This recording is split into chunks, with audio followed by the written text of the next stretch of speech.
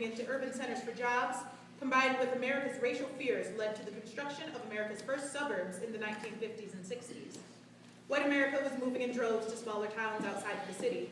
30-year mortgages and fears of black neighbors were often used as incentives to lure white Americans into the suburbs and create the phenomenon known as white flight. However, it was not whites moving into Flint's suburbs that created increased hardships for many North Side communities. What destroyed the St. John's and industrial communities on the north side of Flint was the construction of I-475, a new highway system that would allow whites to drive back into the city without having to drive through predominantly black communities. Former county commissioner and lifelong North Sider, Raynetta Speed, summed it up when she stated, "We, the city planners, completely destroyed the neighborhood." I didn't see what they gained by putting the expressway through the St. John Street area. Longtime North Side resident and GM retiree Jake Kendall expressed his frustration. Maybe they figured we were dead, and they were just throwing dirt on us to get us out of that area. I really don't see what they gained by coming through there. If it was up to me, I'd still be living there. I would. It didn't make any difference whether you resisted or not. A lot of people didn't want to leave there because once the city voted on doing this, that was just it. You had to go. Of course, the city offered money to residents who would be relocated. When I asked Ms. Felton if the amount of money offered was fair, she said, "I can't remember, but I don't think so. Listening to my parents talk, it wasn't fair. It wasn't a fair amount. My dad, when that happened, he was not well, and my mother had to take over. He died during that period where we were getting ready to move. And I was wondering if that was part of the reason that he died. He had 36 or 37 years in General Motors, too. Hard labor, though. There was a tremendous amount of rub and anxiety and resistance, quite frankly, regarding what was fair market value for homes that were being purchased, because there was a feeling by some of the residents that essentially their homes would be being snatched. People were kind of afraid and aware that they have to start all over again. And some may be even glad, you know. But I could always tell my dad had a home, you know. Our home was purchased and proud for being paid for and everything, and now he has to start all over again." it wasn't just the physical homes and businesses that were devastated by the construction of I-475. Perhaps the greatest loss due to its construction was the proverbial village.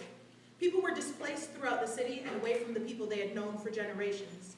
That sense of village and ownership was never regained. While racial politics continued as usual, another devastating change was just over the horizon. The economic realities of a declining U.S. manufacturing industry were about to hit home. Ironically, not long after the completion of I-475, manufacturing in Flint took a huge hit, beginning the oil crisis of 1973. I still go to the Metropolitan down there, and I can look out my office window, and we look at the Buick, and we look at everything, and see how it used to be, and all the businesses. We tell everybody about how all these businesses were all up and down Industrial Street. Across the street was a shoe shine shop and everything. You look at it now, and all that's gone. There's only one thing there, and it's not open. It's called Tropicana Hula Bar, black owned. Still there, and it's the only thing that you can see. However, many people would tell you that they could see the writing on the wall well before the 1980s. Dr. Karen Williams Weaver recalls noticing the beginning of the end. I think when I graduated from school, from high school, most people that were my age were still able to get jobs in the shop. Some of them even said, "You're going to college? You could get a job right in the shop," but the shop was leaving. That was some of it as well. The shop was leaving. That's where a lot of job sources were. I don't think we were prepared for that kind of shift because it was huge. It was huge. It took a lot with it. Jobs were gone, so then what do you do? Perhaps in an interesting twist of fate, a third major blow to the North Side came in the form of something most people nationally agreed was a good thing: the Open Housing Ordinance of 1968. According to a 1968 article in the Toledo Blade, Flint was the first city in the country to vote in an open housing ordinance. The ordinance was voted on by over 41,000 Flint residents and passed by just 38 votes. This ordinance made it illegal to bar African Americans from housing based on racial discrimination. For the first time in Flint's history, black people were free to move into any part of the city that they could afford to live in. While the right to choose where to live came with great benefits, it created an economic vacuum in many once thriving communities. Many people who could afford to move into nicer, aka whiter communities, did just that. What was left behind was a community of people who were largely stuck there because they could not afford to move. This economic drain had a devastating impact on the St. John's Industrial Street community. We thought integration was the promised land. We thought that because we'd never been to the promised land. And once we got to the promised land didn't look like milk and honey, and we were told that it would. That sense of community that people are kind of looking out for each other, the village concept. It takes a village to raise a child kind of concept. I think that may have been lost in the shuffle. It was a double-edged sword because once all the professionals or whatever, the stable people, moved out of the neighborhood and were able to move west of Saginaw Street, then that was the beginning of the decline of our neighborhoods. As a matter of fact, that's when it ceased to be a neighborhood and became the hood. All the neighbors left. I guess at that time, I remember ML King and what he stood for and everything. I looked around and said, well, everything has changed now, but I don't know if it's changed for good or worse. White flight, the construction of I-475, and the demise of GM proved to be the trifecta that economically devastated Flint in general, and the North Side in particular. The basic needs and services that were once so readily available continued to dry up. Locally owned restaurants have been replaced by the fast food chains that boomed in the 1950s and 60s. Locally owned grocers were slowly being replaced by increasingly global food chain stores, from the Hamady Brothers to chains like Meijer and Walmart. From the 1980s through the late 2000s, Flint's population continuously fell, with the north side of Flint seeing the worst of it. Increased poverty led to increased crime and blight. Once beautiful homes began to collapse in on themselves. The infusion of crack cocaine into communities of Flint in the 80s and early 90s further exacerbated crime, poverty, and community fracturing. Neighbors who no longer knew each other became afraid of each other. This new reality created a space where violent crimes were less likely to be reported. It didn't take long before once beautiful homes became crack houses. By the mid-1980s, a cycle of crime, poverty, shrinkage, and abandonment began to take hold. This was the Flint of my childhood, and is still economically stagnant on the north side today.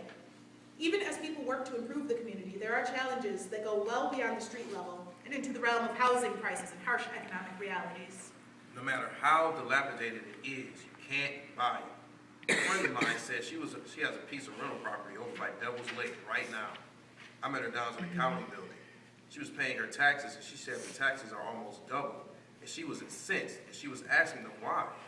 And they told her because it was lakefront property, forcing her to abandon it.